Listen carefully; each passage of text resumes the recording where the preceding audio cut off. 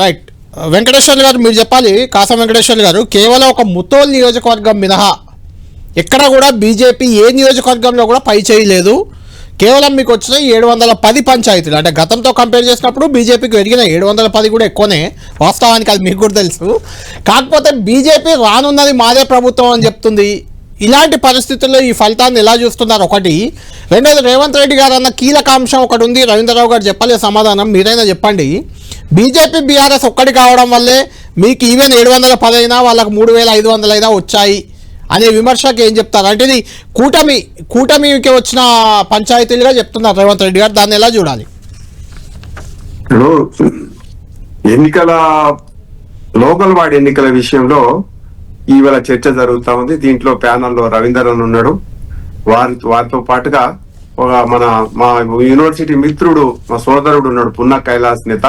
ఈ మధ్య కాలంలోనే డిసిసిబి ప్రెసిడెంట్ అయ్యిండు. వారికి శుభాకాంక్షలు చెప్తా ఉన్నా 10 టీవీ ద్వారా.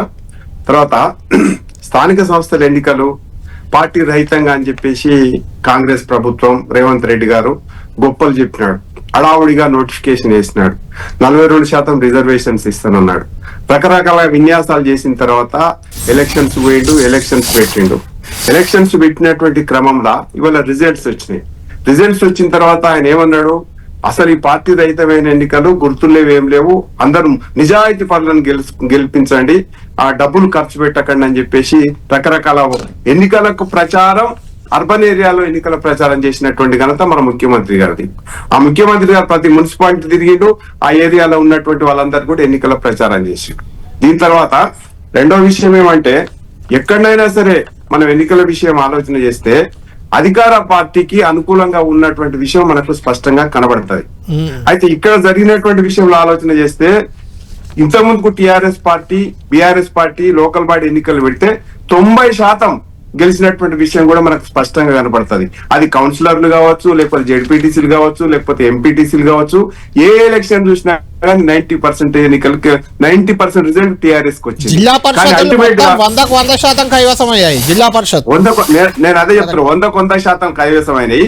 తర్వాత ఈ జనరల్ ఎలక్షన్స్ వచ్చిన తర్వాత ఎలక్షన్స్ వస్తే రిజల్ట్స్ ఏమొచ్చినాయి అనేది మనకు స్పష్టంగా కనపడతా ఉంది. ఏం రిజల్ట్ వచ్చింది? కాంగ్రెస్ గెలిచింది, బీఆర్ఎస్ ఓడిపోయింది. దీని అర్థం ఆయన కూడా అట్లనే అన్వయించుకుంటే మంచిది. రెండవది ఏంటంటే, ముఖ్యమంత్రి గారు పదే ఒక విషయం స్పష్టంగా చెప్తా ఉన్నాడు. అంటే బీఆర్ఎస్ బీజేపీ ఒక్కటై పోటీ చేస్తున్నాయి అని చెప్పేసి ఒక నేరేటివ్ క్రియేట్ చేసేసి రాజకీయ లబ్ధి పొందాలని చూస్తా ఉన్నాడు. కానీ అది ఎప్పుడు కూడా వారి విజ్ఞతగా వదిలేస్తున్నాం. ఆయన ఎంతవరకు మాట్లాడుతున్నాడు, ఎంతవరకు ఆలోచన చేస్తున్నాడో పొలిటికల్ విమర్శ చేస్తా ఉన్నాడు. ఇంకొక విషయం మీకు ఇక్కడ ఇంతకుముందు మీరు చెప్పినటువంటి విషయమే, కిషన్ రెడ్డి గారు పదే బీఆర్ఎస్ కు సపోర్ట్ చేస్తున్నాడు అనేటువంటి విషయం, మమ్మల్ని తిడుతున్నాడు అని చెప్పేసి మాట్లాడుతున్నారు. కళ్యాణ్ గారు ఒక విషయం ఆలోచన చేయండి.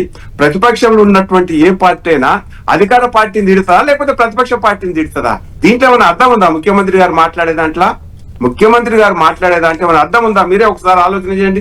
ఏ పార్టీ అయినా సరే అధికార పక్షాన్ని, ప్రజల పక్షాన్ని నిలబడి ప్రతిపక్షం మాట్లాడుతూ ఉంటది. కానీ మేము బీఆర్ఎస్ తిట్టాలా, కేసీఆర్ తిట్టాలనేటువంటి సంస్కృతి మాకు అర్థమైతే లేదు. అయితే ఇవాళ మీరు ఒక విషయం మేము స్పష్టంగా చెప్పినాం. టిఆర్ఎస్ పార్టీ అప్పుడున్నటువంటి కాంగ్రెస్ పార్టీ ఎమ్మెల్యేలను తీసుకొని ప్రజాస్వామ్యాన్ని కూని చేసింది. సేమ్ టైం అదే రకమైనటువంటి తరహాలో ఇప్పుడు కాంగ్రెస్ పార్టీ కూడా ఇవాళ రేవంత్ రెడ్డి అదే చేస్తా ఉన్నాడు. దొందే అన్నాం మేము, ఎక్కడ బీఆర్ఎస్ దాంట్లో సమర్థించలేదు. ఇప్పుడు రేవంత్ రెడ్డి కాంగ్రెస్ పార్టీని సమర్థించలేదు. కానీ ఆయన పదే నొట్టిమిది కాకి లెక్క ఒకటే మాట్లాడుతున్నాడు. బీఆర్ఎస్ కాంగ్రెస్ ఒకటి అని చెప్పేసి. అసలు ఒక విషయం కళ్యాణ్ గారు ఒకటే విషయం చెప్పండి. బీఆర్ఎస్ తోటి కాంగ్రెస్ పార్టీ పొత్తు పెట్టుకుంది. బీఆర్ఎస్ పార్టీ కేంద్ర ప్రభుత్వం సోనియా గాంధీ నాయకత్వంలో కేసీఆర్ గారు మినిస్టర్ చేసిండు, సెంట్రల్ మినిస్టర్. హరీష్ రావు గారు రాజశేఖర రెడ్డి ప్రభుత్వంలో స్టేట్ మినిస్టర్ చేసిండు. కానీ బీజేపీ బీఆర్ఎస్ లో ఎప్పుడైనా గవర్నమెంట్ లో కలిసిందా? వాళ్ళతో కలిసి నెయ్యం అందుకున్నామా, లేకపోతే ఏమన్నా కంచం పొత్తు?